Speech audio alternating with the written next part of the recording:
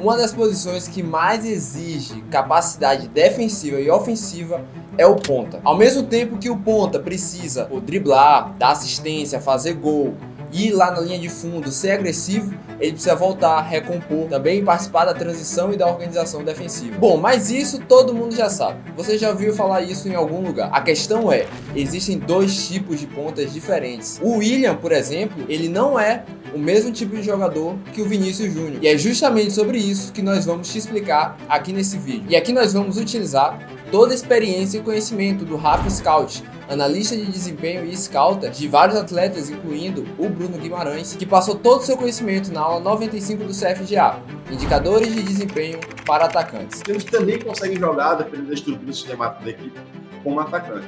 Então, a primeira função, que tem uma porrada de indicadores de desempenho que eu acho que faz sentido, é o extremo de associação. Geralmente, eu costumo dividir os extremos entre o extremo de associação. Existem extremos que são muito bons em 1 contra 1, em ganhar as costas do adversário, vencer com drible. Geralmente, há extremos que dão os dois. O Rodrigo é um atleta que dá os dois. O Marreis é um extremo que dá as duas coisas. Mas existem extremos que só vão te dar uma dessas duas funções. Bom, agora que você já sabe que existem dois tipos de extremos, ou ponta, o de associação e aquele 1 para 1. Mas o que isso significa na prática mesmo? Qual a real diferença entre esses dois? Entender isso vai ser fundamental para que você consiga aplicar em campo. Você vai entender primeiro o que é um extremo ou um ponta de associação. O extremo de associação é aquele extremo que quase nunca ele termina o drible, apesar de chamar para o drible, e o William eu acho muito bom exemplo disso, com o opositor vencido. Esse aqui é aquele que a gente chama de espaço às costas. Então tem o William, que tem bola, tem o opositor dele e tem um espaço às costas do opositor dele. O extremo que é muito forte no contra um, ele te dribla e quando você menos percebe, ele tá mais próximo da baliza, ele ocupou o espaço às costas em relação ao seu opositor. O extremo de associação é um jogador que chama pro drible, mas ele quase nunca consegue ocupar esse espaço. Ele quer te tirar da frente, ele quer fazer com que você perca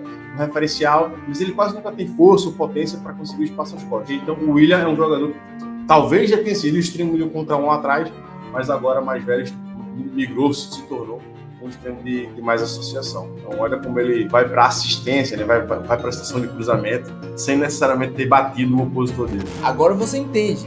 Ganhar esse espaço às costas do adversário, como é chamado, é extremamente importante para você saber que tipo de ponta ou extremo você é. Agora eu te convido a fazer essa reflexão. Pare e pense sobre essa questão de ganhar as costas do seu adversário. Você é aquele tipo de extremo que consegue vencer a marcação de uma forma fácil? Você tem uma naturalidade para fazer isso? Isso faz parte do seu estilo de jogo, porém eu já te alerto, isso não é o único ponto de diferenciação aqui. Uma outra característica muito legal do extremo de associação, como ele vai cair em situação de 1 contra 1, é a capacidade de trazer para dentro para a tabela. Ou seja, enganar que vai no fundo, enganar que vai para 1 contra 1, para trazer para dentro para a tabela. Ou seja, muita conexão do extremo com 10, desse jogador com o jogador que joga no corredor central. O ponta de associação é aquele que consegue provocar a marcação, consequentemente quebrar a linha de marcação, através e por meio, avançando através da associação. AGA, isso é bom ou ruim? Nenhum dos dois.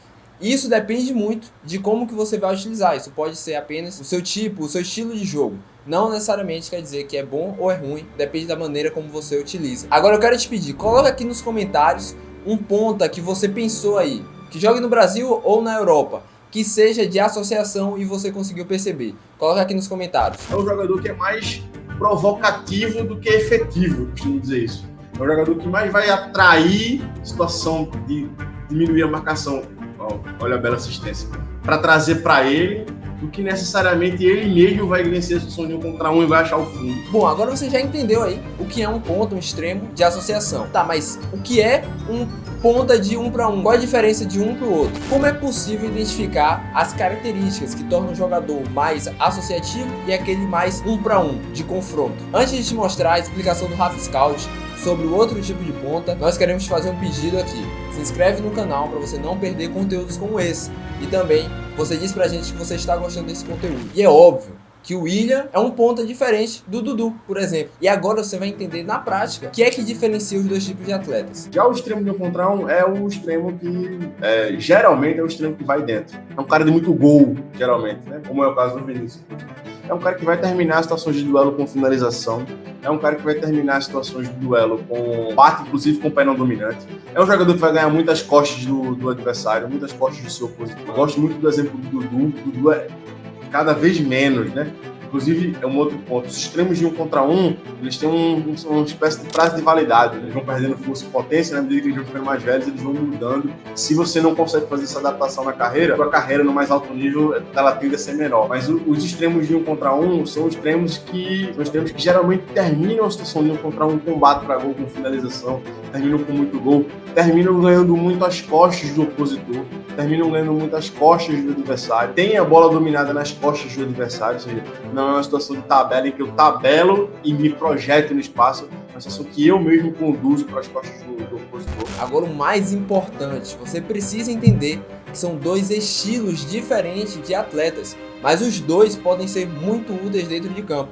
Às vezes você fica aí achando que porque você tem um estilo, você gostaria de ter o outro, e por causa disso você não vai conseguir conquistar algo no futebol. Não é por aí, tá? Os dois tipos de pontas podem sim ser muito úteis. Não existe um melhor ou um pior. O que pode acontecer, inclusive, é você apresentar um pouco das características de cada tipo de estilo aí de jogo dos pontas. E se você joga de ponta e quer se desenvolver nessa posição, ou você pensa, pô, será? Talvez você seja um lateral.